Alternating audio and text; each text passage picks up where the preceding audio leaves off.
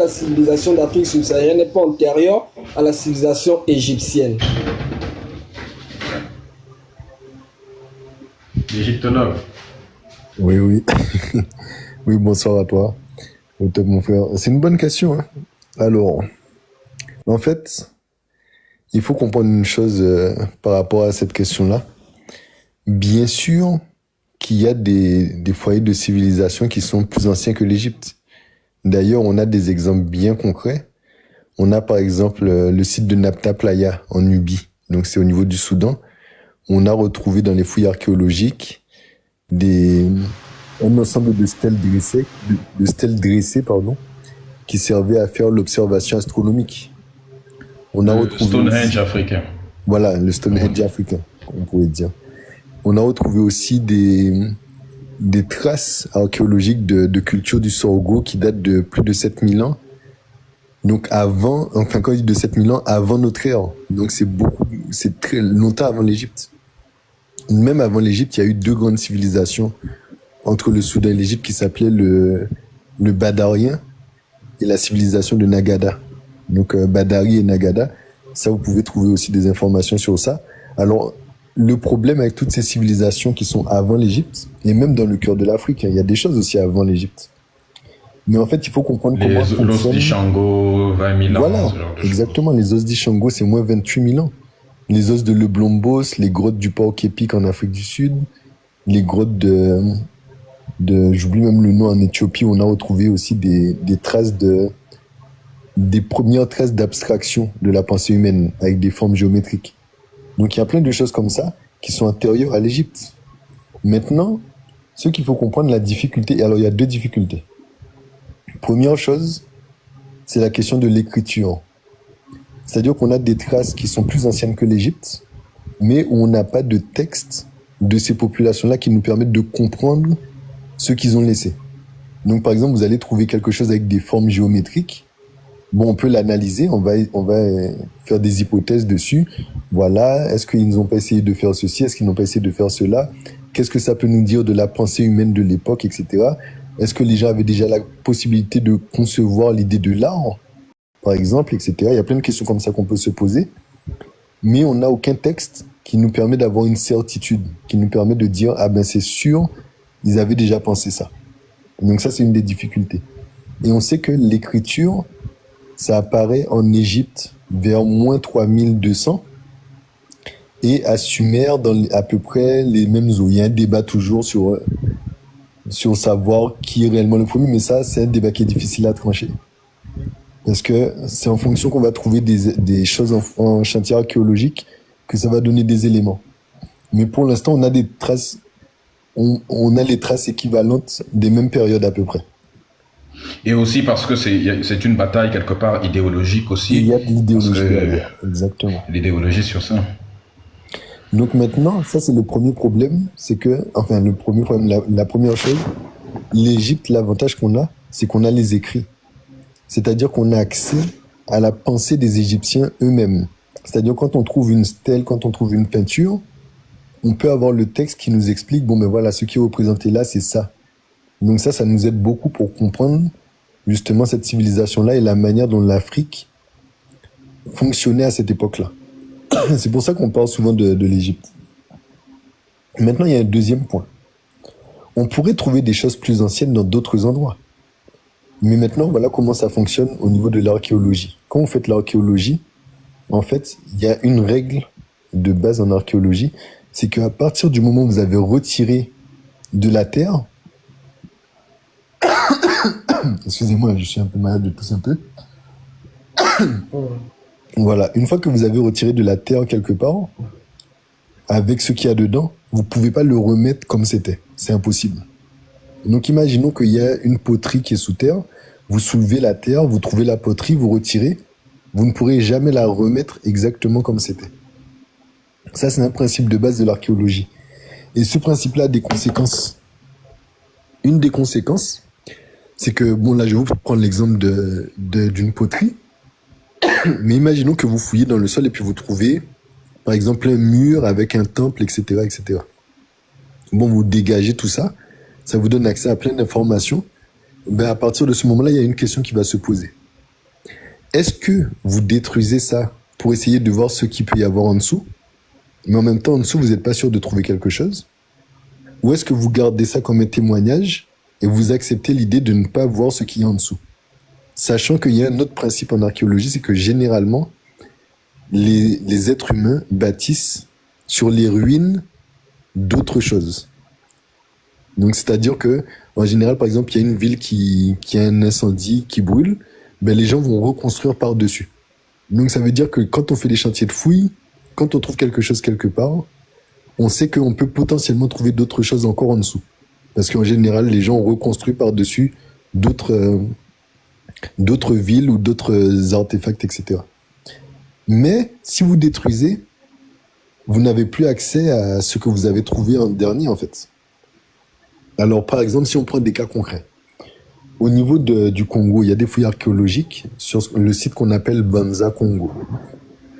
Et ces fouilles-là, jusqu'à l'heure actuelle, elles sont tournées dans l'idée de comprendre un petit peu mieux la période d'Alfonso Ier, un des rois de ce royaume. Et c'est le moment où on a les premières églises au niveau du Congo. Donc, ils ont réussi à exhumer des traces des premières églises, etc. Mais maintenant, s'ils détruisent ça pour aller fouiller plus profond, mais ça veut dire qu'ils effacent la trace de l'église. Et comme vous le savez, que ce soit au Congo comme dans beaucoup d'endroits comme chez moi aussi aux Antilles, les gens sont très chrétiens. Donc les gens sont contents d'avoir trouvé déjà ça.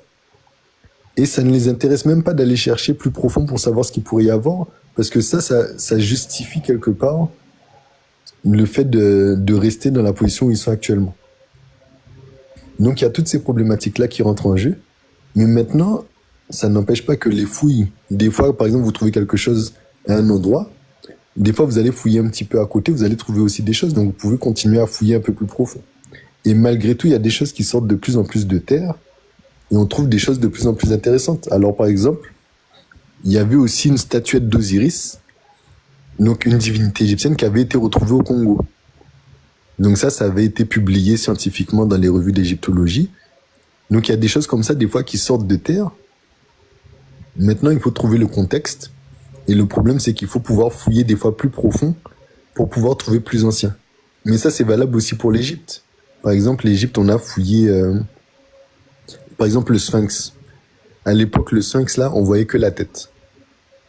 Donc les gens, ils ont fouillé, ils ont réussi à dégager le corps. Mais peut-être qu'en dessous, on peut trouver encore des choses qui sont plus anciennes. Mais si vous fouillez en dessous, ça veut dire que vous détruisez le Sphinx. Donc, qu'est-ce qu'on fait? Est-ce qu'on détruit, mais en même temps, en dessous, on n'est pas sûr de trouver? Il y a une chance, mais on n'est pas sûr à 100%. Ou est-ce qu'on garde ce qu'on a déjà trouvé parce que c'est un témoignage de l'histoire? Donc, c'est toujours cette question-là qui est dans la tête des archéologues. Bon, je pense que ça répond un peu. Ok, d'accord. Mais les réponses que vous venez à peine me donner me poussent encore à poser une autre question. Si on affirme que effectivement il y avait une civilisation en Afrique avant la civilisation égyptienne, est-ce que cela aussi ne sous-entend pas que la civilisation égyptienne est née effectivement par le biais de cette civilisation qu'elles avaient déjà trouvée là? C'est-à-dire, elle s'est inspirée de cette civilisation. Ce qui fait en sorte que, en Afrique centrale, par exemple, oui. Mais c'est ce qui est. Mais ta question, tu as déjà la réponse, je pense toi-même à la question. La réponse se trouve même dans la question que tu poses. Et c'est pour ça même que tu poses cette question. C'est qu'il est communément admis que, enfin communément, du moins, je pense que beaucoup de seront d'accord avec moi, du moins nos intellectuels, nos égyptologues afrocentristes, qui vous disent, est très clair. L'Égypte antique, n'est-ce pas? L'Afrique est... les Africains sont les seuls à pouvoir, et ça c'est Job qui le dit, sont les seuls à pouvoir établir le plus de correspondance, de similitude, si tu vois, entre la culture égypto-nubienne et leurs différentes cultures, et les cultures africaines. Et on sait que l'Égypte antique est, si tu veux, la fille de toutes les cultures. Ça, c'est un carrefour, là où toutes les connaissances africaines sont venues s'agglomérer quelque part et ont commencé à partir de là à émerger une grande civilisation. Donc ça n'est pas sorti ex nihilo, hein, l'Égypte antique, à partir de rien, non.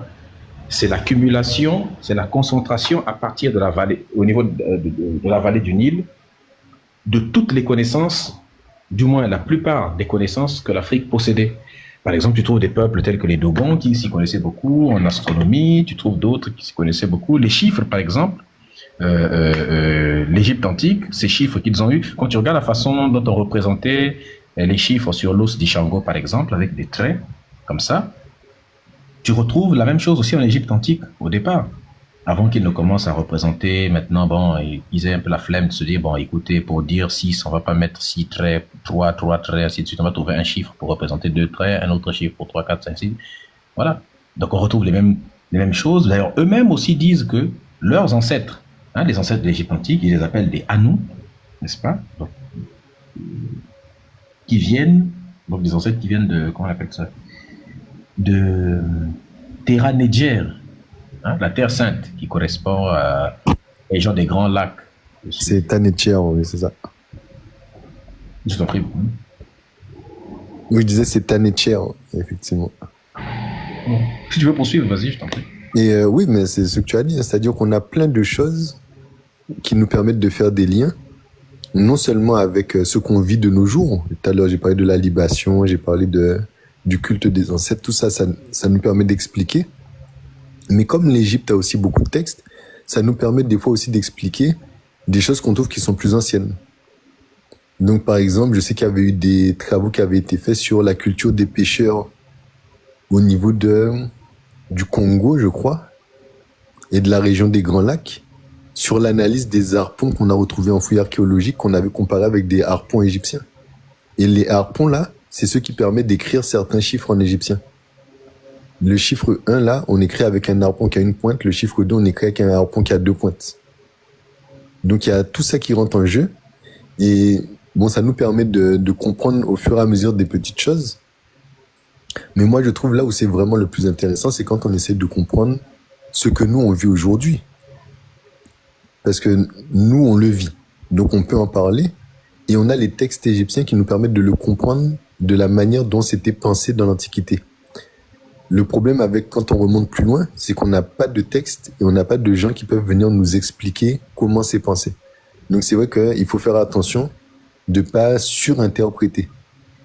C'est-à-dire, imaginons, on va trouver un objet et puis on commence à faire des suppositions, mais finalement, on n'a rien qui peut nous permettre de vérifier clairement. Donc ça, c'est un petit peu ce qui fait que on en parle un peu moins, mais ça veut pas dire que ça n'existe pas pour autant. Et de toute façon, il y a les artefacts, c'est-à-dire les objets qu'on a trouvés en fouille, qui sont là et dont les gens parlent quand même. Donc on a dit, il y a l'os d'Ishango. En ce qui concerne les peintures rupestres, on a les peintures de la grotte du Porc-Épic en Afrique du Sud. On a la grotte de Leblombos, où on a retrouvé aussi un autre os avec les traits et les contes. Par exemple, sur les os d'Ishango, il y a 2 articles d'un chercheur à nous qui s'appelle Jean-Paul Mbelek, qui nous vient du Cameroun, qui est aussi un kamite, hein, qui est un physicien de très haut niveau. C'est vraiment des gens qui ont travaillé dans les plus grandes institutions sur la physique et sur tout ce qui concerne l'astrophysique. Tout ça, c'est vraiment des grands chercheurs. Et lui, il a essayé d'analyser l'os d'Ishango. Donc, il est parti en Belgique. Et comme il est chercheur, il a pu accéder à l'objet, il a pu l'observer. Et il a produit 2 articles dessus. Et il posait la supposition. Est-ce que les os d'Ishango ne nous donnent pas les premières suites de nombres premiers de l'humanité? Donc, ça veut dire les nombres premiers, c'est des... Alors, je me rappelle plus exactement la définition des nombres premiers. Je crois que c'est des nombres qui ne peuvent pas être divisés. Il y a un truc avec la division. Moi, je me rappelle plus. Excusez-moi, je suis pas un matheux, un spécialiste des maths. Ceux qui sont en maths sauront comment l'interpréter. Peut-être, Médisa, tu pourras dire. Mais en gros, c'est les premières suites de nombres premiers. Et les nombres premiers, c'est une suite très précise. Et on retrouve effectivement le premier nombre premier, le deuxième, le troisième, le quatrième dans l'ordre. Donc ça, c'est des choses très intéressantes. Donc, Voilà, je vois, il y a quelqu'un qui a mis en commentaire les nombres premiers 11, 13, 17, 19. Merci beaucoup. Effectivement, c'est tout à fait ça.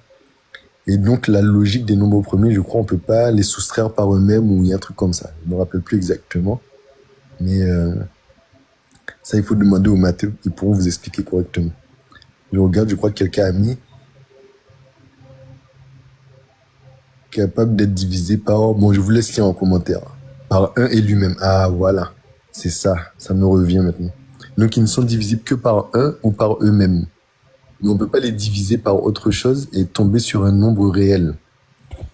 Donc, vous voyez, ça, c'est quand même des choses qui sont incroyables. Et je répète, l'os d'Ishango, c'est moins 28 000 ans de mémoire. Donc, ça veut dire que on n'était même pas dans l'imagination qu'aurait l'Égypte un jour. C'est trop ancien. Après, il y a d'autres aspects aussi. Par exemple, au niveau des Homo sapiens. Les Homo sapiens les plus anciens, on a les squelettes d'Homo 1 en Éthiopie, qui est de 200 et quelques mille ans. On a Homo 2 qui est pas loin, qui doit être à 195 000 ans. Et on a même retrouvé, il y a quelques années, un Homo sapiens dans le Djebel Iroud. Donc c'est au niveau du Maroc.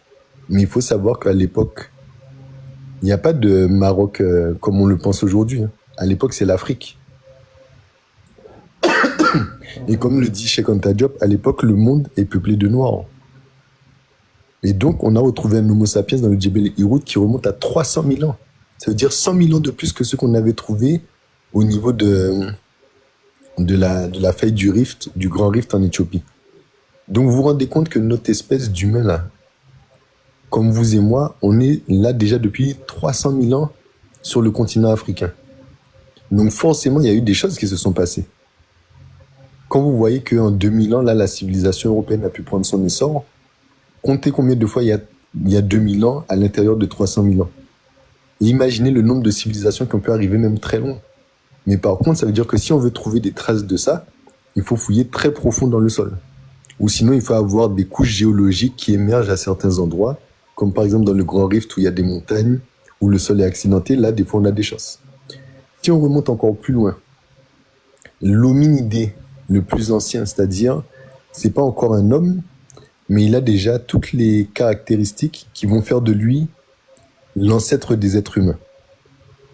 Donc, il a été retrouvé au Tchad et il a été baptisé Toumaï. J'ai mis d'ailleurs une vidéo sur ma page où on montre quand il a été découvert. Donc, ça a été découvert par un Tchadien dans le cadre d'une fouille française. Donc, c'est la France qui a recueilli plus les hommages avec, c'était l'équipe de Michel Brunet à l'époque. Mais le Tchadien qui a trouvé l'os là, il s'appelle Jimoun Malbar, je me rappelle plus le nom exact. Mais ça, vous pouvez retrouver sur Internet aussi. Mais lui-même, il te dit quand il a sorti il voit une sorte d'arrière de crâne là. Il commence à gratter dans le sol. Il sort le crâne du sol et puis là, il se dit non, là, on a trouvé quelque chose. Et lui-même, il sent que il a retrouvé quelque chose qui appartient à l'Afrique, mais qui est tellement ancien. Ben, ce squelette-là, c'est 7 millions d'années. Donc, on n'est pas encore dans l'Homo sapiens comme nous. C'est un hominidé. Donc, il a les capacités, il a tout ce qui va faire que l'être humain va exister comme vous et moi, mais il n'est pas encore au stade de l'être humain comme vous et moi. Mais il est déjà différencié de tout ce qui est la branche des grands singes, donc gorille et orang-outan, etc. Il est déjà différencié. Il est plus proche de l'homme que des grands singes. Mais il n'est pas encore un homme. C'est 7 millions d'années. Donc quand vous savez ça, eh bien forcément, il y a des choses qui ont dû se passer en Afrique dont on n'a peut-être même pas l'idée. Parce qu'il faut savoir que l'être humain, donc le premier qui sort de l'Afrique, c'était Homo erectus, il me semble, si je me rappelle bien. Donc, il y a une première sortie d'Homo erectus qui remonte à quelques millions d'années aussi, ou quelques centaines de milliers d'années, je me rappelle plus les dates. Et ensuite, l'Homo sapiens, lui, il apparaît en Afrique il y a 300 000 ans, mais il sort de l'Afrique seulement il y a 70 000 ans vers l'Asie, et il y a 40 000 ans, je crois, vers l'Europe, en passant par le détroit de Gibraltar. Et il n'arrive en Amérique qu'il y a moins 15 000 ans. Donc, vous vous imaginez 300 000 ans. Ça veut dire, il a passé à peu près 230 000 ans uniquement sur le continent africain, avant de sortir vers l'Asie, de sortir vers l'Europe, etc. Et d'arriver jusqu'en Amérique. Donc forcément, il s'est passé énormément de choses. Imaginez combien de fois vous avez 2000 ans dans 230 000 ans. Sachant qu'en 2000 ans, la civilisation européenne a réussi à décoller. Donc quand on analyse ça, en fait, on est obligé d'être humble. C'est-à-dire que l'Afrique, quand je vois que, par exemple, quelqu'un comme Sarkozy qui a été condamné à la prison, là, s'est permis de venir dire à l'université chez Anta Diop que l'homme africain n'est pas rentré dans l'histoire. Mais en fait, l'histoire commence par l'homme africain. Et ça, c'est là qu'on se rend compte que vraiment, on nous a blagué pendant très, très, très longtemps. C'est pour ça aussi que je comprends des fois quand les gens sont fâchés. Parce que, en vrai, c'est anormal qu'on ait menti sur ces choses-là aussi longtemps. Enfin voilà, je pense que j'ai répondu, je vais pas faire trop long non plus. Oui, merci. Merci. C'est une véritable provocation, c'est-à-dire que c'est fait exprès. C'est la droite française, hein, c'est bon, on s'en fout de toute façon du clivage gauche ou droite. Ces personnes-là, quand ils font ce genre de choses, ça n'a rien à voir avec le clivage gauche ou droite.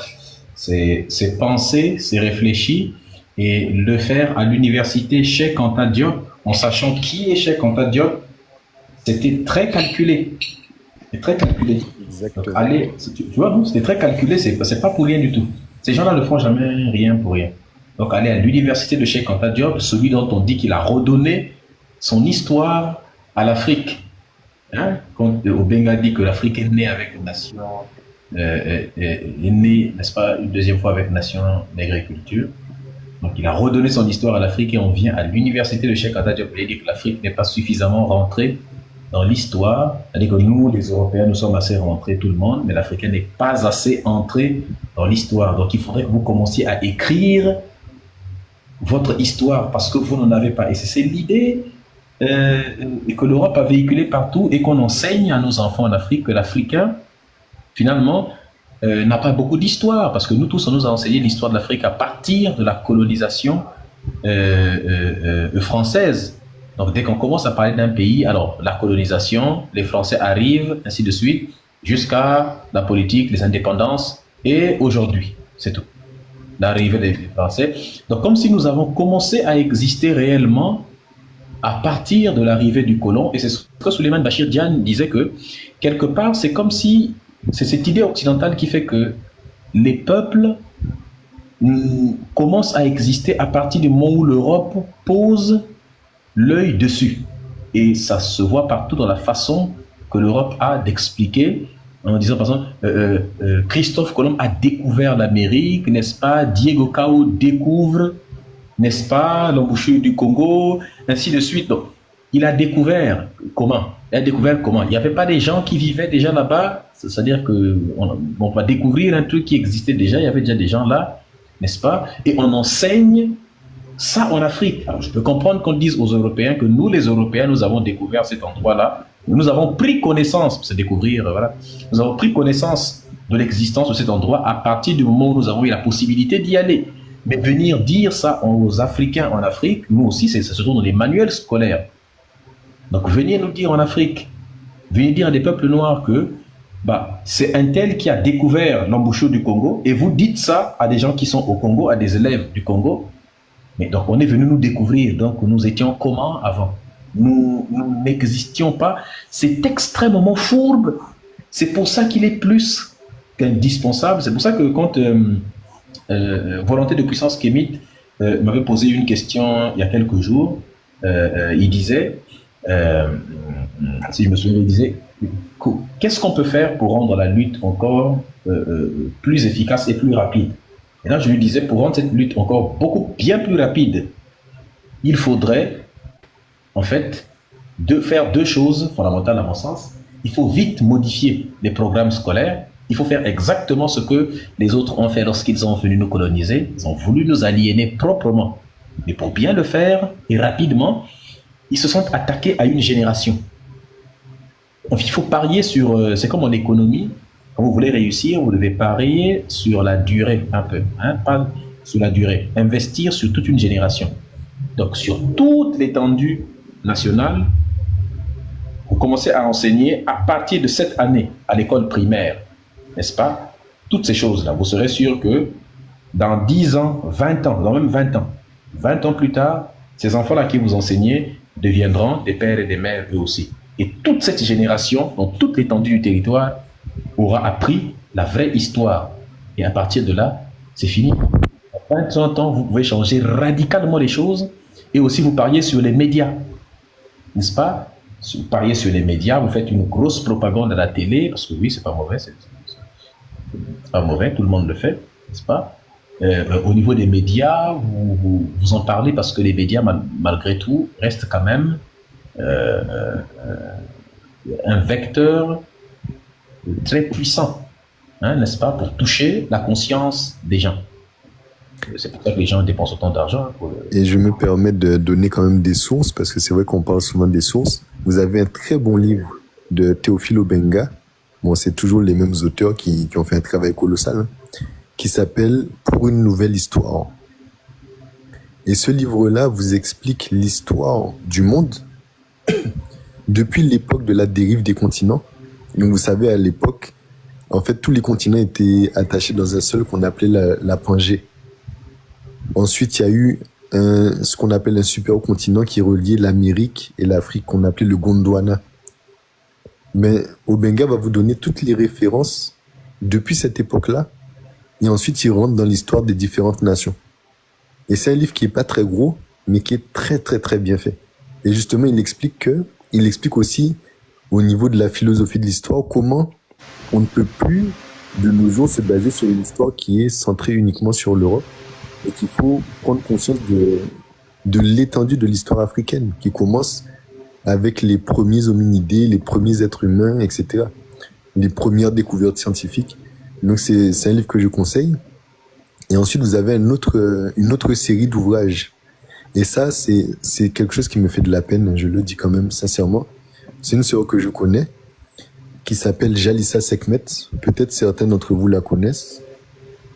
C'est une sœur qui est professeure des écoles et qui a fait des manuels scolaires parce que justement, elle se rendait compte que sa fille n'avait pas accès à l'histoire africaine, antillaise, etc. Et sincèrement, ces manuels scolaires-là, ça devrait être enseigné dans toutes les écoles, sur le continent, dans la diaspora historique. Tellement c'est bien fait. Parce qu'elle prend tout ça en compte. Elle va vraiment très loin dans la recherche et dans la manière de le diffuser pédagogiquement pour les enfants. Donc elle en a fait, je crois, il y en a au moins 3 ou 4. Mais c'est très très très bien fait. Je suis sûr il y en a parmi vous qui connaissent. Donc n'hésitez pas à regarder. Elle s'appelle Jalissa Sekhmet. Et vraiment c'est des manuels scolaires, mais comme vous allez trouver chez Fernand Nathan, sauf que c'est l'histoire avec un point de vue africain depuis justement l'origine des premiers êtres humains, etc. Et elle explique un petit peu tout. Elle passe par l'Égypte, elle passe par les grands royaumes, etc. Donc vraiment, il y a des choses comme ça. Ça devait même être dans les programmes scolaires. C'est-à-dire que si on avait des présidents, des chefs d'État sérieux, ils auraient même pris ça, ils auraient mis dans les programmes scolaires parce que les outils sont déjà là. C'est ça qui, des fois, est frustrant. Je vous nous en bas dans les commentaires s'il y en a qui sont intéressés. Oui, c'est D'accord, merci. Mais Bookman, tout à l'heure, quand vous parlez... Je vais mettre les autres, on pense aux autres qui doivent monter poser des questions. D'accord, je vais chuter juste par cette question. Maintenant, vous pouvez me faire des sons, il peut rester à me répondre. En ce qui concerne l'esclavage, j'ai participé à beaucoup de panels où j'ai entendu beaucoup d'aberrations. Donc, du coup, j'aimerais essayer de voir si vous pouvez m'aider là-dessus. S'il s'avère que il y a eu des civilisations avant la civilisation égyptienne, alors moi j'aimerais savoir, est-ce que la naissance de la civilisation égyptienne ne dépendait pas au fait de cette civilisation africaine en prenant dans cette civilisation des personnes comme esclaves? ce qui a permis à la civilisation égyptienne d'être ce qu'elle est. J'ai pas vraiment compris ta question. J'ai pas vraiment compris non plus. C'est-à-dire, j'ai compris le début de la question, mais j'ai pas compris le gars vraiment. Autrement dit, est-ce que ce sont pas les peuples d'Afrique qui ont construit, au fait, qui ont été téléportés vers l'Égypte en tant qu'esclaves pour construire cette civilisation? Déporté. Oui. Non, non, bon, ça, on a répondu à cette question, je pense, tout à l'heure, là, hein, quand quelqu'un a été monté à poser une question en disant est-ce que les Hébreux étaient esclaves en Égypte antique? Ben non, ben ça permet aussi de répondre à une question, peut-être que ça sous-entend comme quoi, est-ce que les pyramides avaient été construites par des esclaves? Alors non, qu'ils soient africains ou pas africains, il n'y a pas eu d'esclaves qui ont construit les pyramides. Boukman va te l'expliquer plus en détail, mais ce n'est pas ça. Par exemple, il y a des preuves, il y a des éléments de cela. Par exemple, on sait que les gens qui construisaient, on a retrouvé des écrits, n'est-ce pas? Par exemple, quand on a fait des fouilles, on a vu ce que mangeaient les ouvriers qui ont construit les pyramides. Et on voit qu'on a trouvé des plats, parce qu'on a trouvé des restes de nourriture, hein, et on a vu que c'était quand même, il y avait de la viande, de la nourriture que mangeaient aussi des personnes de la haute classe, hein, n'est-ce pas? Voilà, Donc, exactement. Donc ça, je me permets, hein. En fait, on a un site, alors de mémoire, je crois que c'est Eit El Gourab, de mémoire. En fait, près des pyramides, vous avez tout un complexe où vous aviez des logements pour les ouvriers. Parce qu'il faut savoir que les gens ne travaillaient pas sur les pyramides 24 heures sur 24. En fait, c'était pendant la saison des inondations. Donc, il y a 3 saisons en Égypte. Saison sèche, où on fait la récolte. Saison d'inondation, où le Nil recouvre toutes les berges. Et la saison des semences, où on va mettre justement les graines dans les champs parce que le Nil est redescendu. Donc, on met les graines pour que ça pousse. Donc, pendant la saison des semences et la saison des récoltes, les gens sont occupés au champ. Mais par contre, pendant la saison d'inondation, vous ne pouvez plus accéder au champ parce que le Nil, avant qu'on construise le barrage d'Assouan, le barrage Nasser du nom de l'ancien président, ben le Nil, quand il arrivait, ça débordait sur les bords et ça recouvre toute la terre jusqu'aux premières collines, en fait. Et donc, pendant ces périodes-là, ben, ce qui se passait, c'est que les Égyptiens étaient réquisitionnés pour des corvées d'État. C'est-à-dire qu'il y avait des travaux généraux.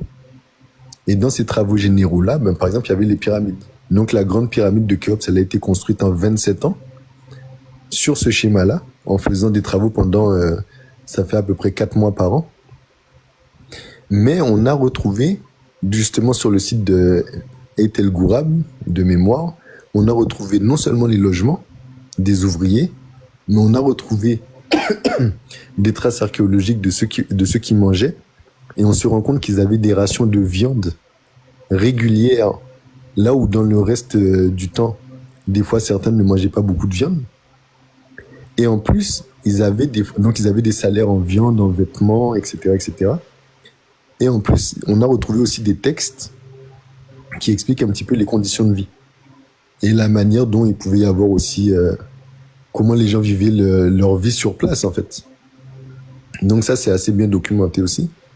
il y a aussi la grève. Alors la Grèce, ça c'est une autre période. Ça c'est plus tard et c'est le village de Der El Médine.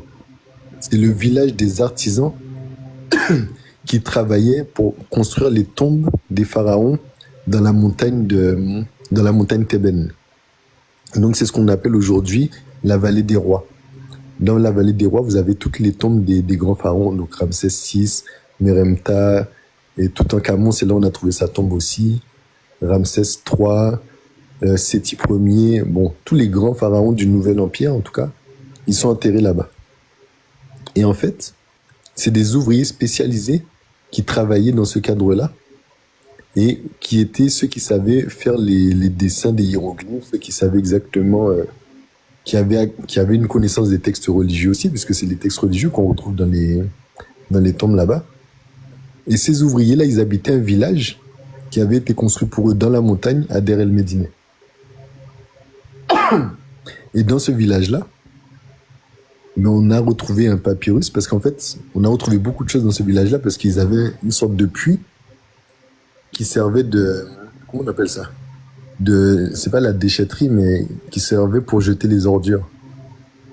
Et dans ce puits-là, comme c'est un puits qui est vraiment profond, mais ils en profitaient aussi pour jeter, par exemple, dès qu'un papyrus n'est plus utile, ben nous, par exemple, quand on a écrit sur un papier des notes et puis on n'a plus besoin, on jette à la poubelle, ben ils jetaient ça dans le puits.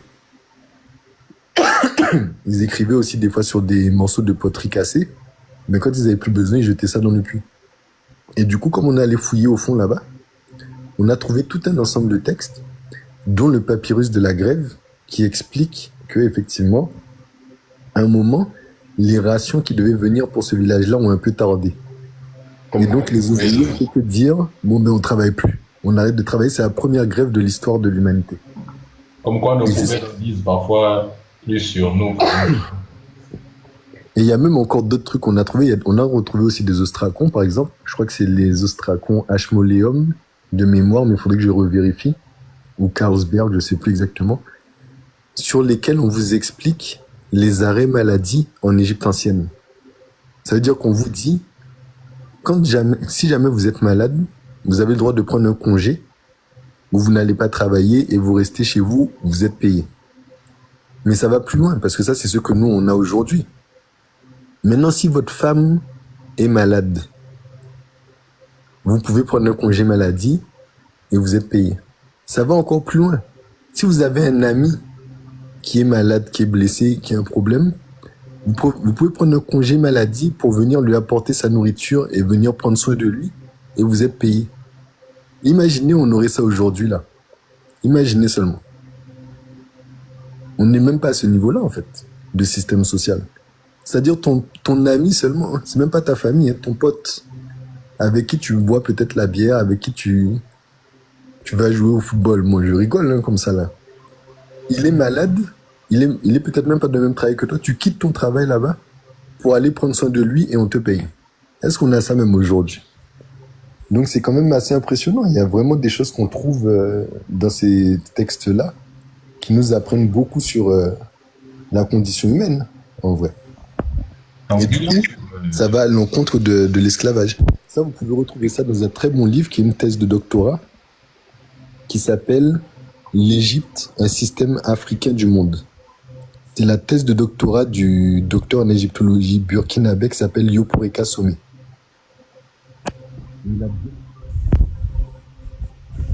Tu vois un peu, ça montre quand même que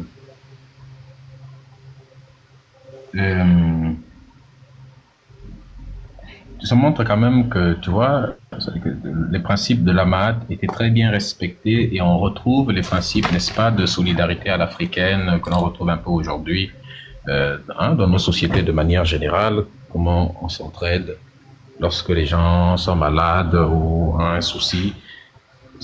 Donc là, par exemple, on découvre que nos ancêtres sont ceux-là qui ont fabriqué, qui ont produit, n'est-ce pas, le système social. Hein? Le même système social dont les Français se vantent d'être les détenteurs aujourd'hui. Voilà, vous venez ici pour le système social français. Mais le système social en lui-même, n'est-ce pas, est produit en Afrique. Regardez un peu, vraiment, vous voyez à quel point ça nous fait mal quand des gens insultent, quand certains Noirs se mettent à insulter leurs propres ancêtres. Mais voici ce que tes ancêtres étaient capables de produire déjà à l'époque. Toi, tu vis aujourd'hui, tu es parasite, tu as le cerveau complètement bouffi dans le Coran ou dans la Bible et tu te permets d'insulter tes ancêtres, n'est-ce pas? Les Noirs qui passent leur temps à dire les Égyptiens antiques, avant-hier encore, j'étais en train de dire ça. Prenons l'esclavage en Égypte, n'est-ce pas?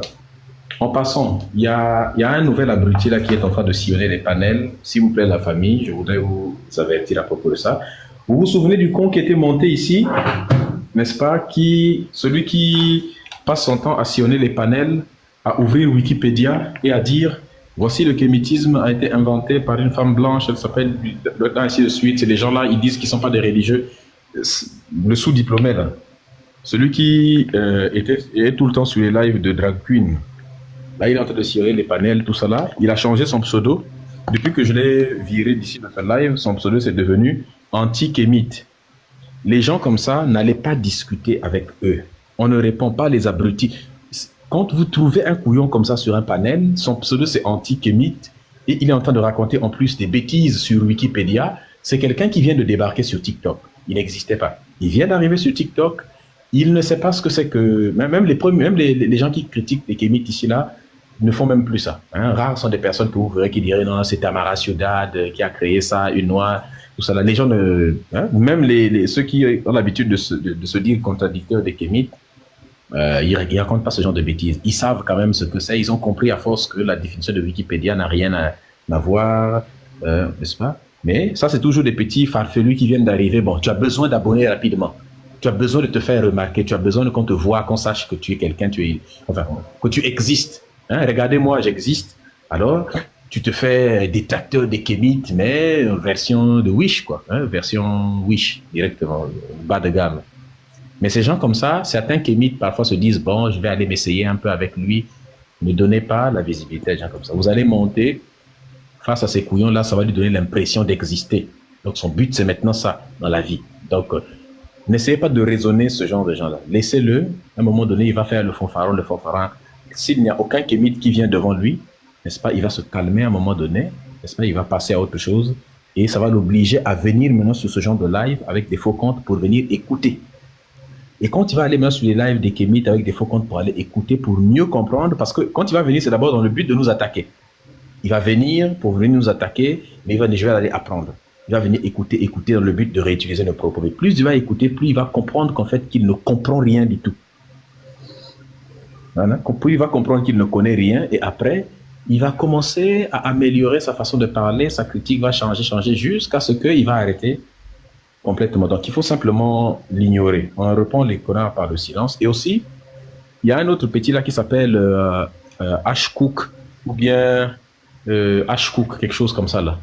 Hein, n'est-ce pas? Il a ouvert un live. C'est la première, j'avais même failli monter, mais en fait, c'est pas un live pour débattre. Vous savez, aujourd'hui, maintenant, c'est devenu chacun qui n'a pas parce que quand ils ouvrent de live, ils parlent des relations hommes-femmes 50-50, vous savez. Est-ce qu'il faut payer ou pas? Voilà. Mais ces personnes-là se disent, bon, quand on veut avoir de la visibilité rapidement, il faut mettre un sujet, n'est-ce pas? Mais ce sujet-là, il s'arrange à faire en sorte que ça heurte un peu les Kémites. Est-ce que le mouvement Kémite est un dogmatisme? Est-ce que le mouvement Kémite est ceci, cela? Donc, n'est-ce pas? Ils vont mettre quelque chose d'assez provoquant. Hein, si vous voyez ce que je veux dire? D'assez provoquant, pour attirer les Kémites et les détracteurs des Kémites, parce qu'ils savent que ça va faire un débat et ça va faire du buzz. N'est-ce pas? Donc beaucoup le font, mais vous sentez que c'est des personnes qui sont partis pris. Donc la sœur Minga a essayé de monter sur son live, le petit en question, là-bas, mais ça s'est pas bien passé. Il a fini par presque lui balancer des insultes. Donc, il a l'intention de continuer. Il a vu que ça lui a ramené à peu près 100 personnes sur ces lives où il y avait maximum 6-7 personnes. N'est-ce pas? Donc, c'est comme le live d'Izanami, hein. Voilà. Izanami, Yaoudaye, ils vont faire des lives avec la photo du prof Kovi Gomez. Ils vont attaquer le prof Kovi Gomez, tout ça, c'est... Exactement. Ils vont mettre... Merci Medusa, merci à Bookman pour les éclaircissements. Merci encore pour les références, les sources que vous nous avez données. J'espère que ça m'apportera un peu plus de lumière pour me faire descendre. Avec plaisir. Avec plaisir. Merci à toi, Kemet Nebal. Avant de faire monter quelqu'un d'autre, bienvenue, Maître Mosinga, comment vas-tu? Oh, Maestro Medusa, je vais bien. Otep, Bookman, Otep. Otep.